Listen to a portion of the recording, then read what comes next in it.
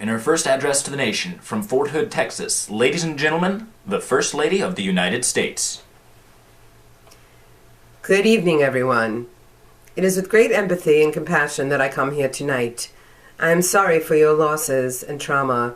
Your pain and grief is America's. It has come to this country's attention through the tragedy that happened here 1 month ago that we must address the humanitarian crisis in our military. Our returning veterans are in terrible jeopardy, lacking the most basic human services, from counseling to health care to housing to jobs. We need immediate surge of not 30,000 troops, but $30 billion to effectively care for and repay our wounded warriors. Fort Hood is one of the largest bases with close to 45,000 service members and their families in the United States, a microcosm of the military world that so many are turning to because of a faltering economy. We are losing a generation to an ever-shifting cause and decentralized enemy. We can never root out Al-Qaeda or terrorism, for that matter, for in this quest we create more Al-Qaeda and spread terror like swine flu. We need a productive and profound mission, one we can all understand. We cannot expect our armed forces to continue the relentless confusion that is Iraq and Afghanistan, because the military needs our help now. While they have sacrificed their time and bodies in defense of our nation, the stress on our men and women in the armed services is resulting in higher divorce, domestic abuse, and terrifying numbers of homicides and suicides. At this base alone, there are 10 suicides a month. Let me be the first to offer my condolences for your loss.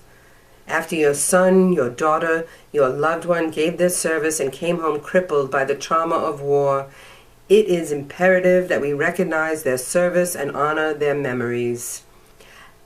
Our condolences to the families who suffer on a daily basis the fallout from post-traumatic stress disorder.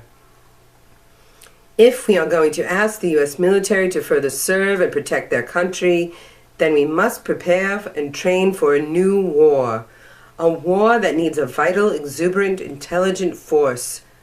This war is not in Iraq or Afghanistan. It is not in Iran or Pakistan, because the time for revenge and retribution is over. We know that the women and the children and elders of these nations had nothing to do with 9/11. 9/11 has been our raison d'etre. It has been our all-consuming motivation and has been sadly misplaced and has not made our country safer. It has made the world a place of suspicion, distrust, horror, betrayal, and anguish. No, ladies and gentlemen, there is only one war left for us to wage. The distress signal is loud and clear. We must, as of today, begin the war against global warming. This terror threatens every one of us. We must organize a global force and deploy them to plant gardens and trees, restore watersheds, and build the infrastructure for alternative and sustainable energy. We cannot afford another bomb, another warplane, another massacre. We must and can afford to repair and address the morale of the United States military, and after 8 years of confusing battles in shifting sands, I want to offer you relief. For a moment, imagine your loved ones coming home tomorrow and deploying to our national forests, our inner cities, and our own backyards. I know my husband, the president, is intent on escalating troops, and you can imagine the disagreement between us breeds tensions.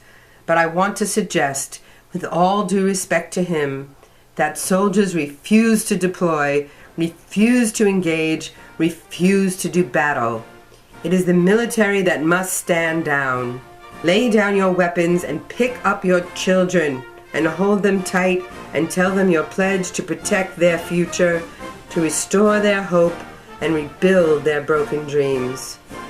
Thank you, and God bless the whole world.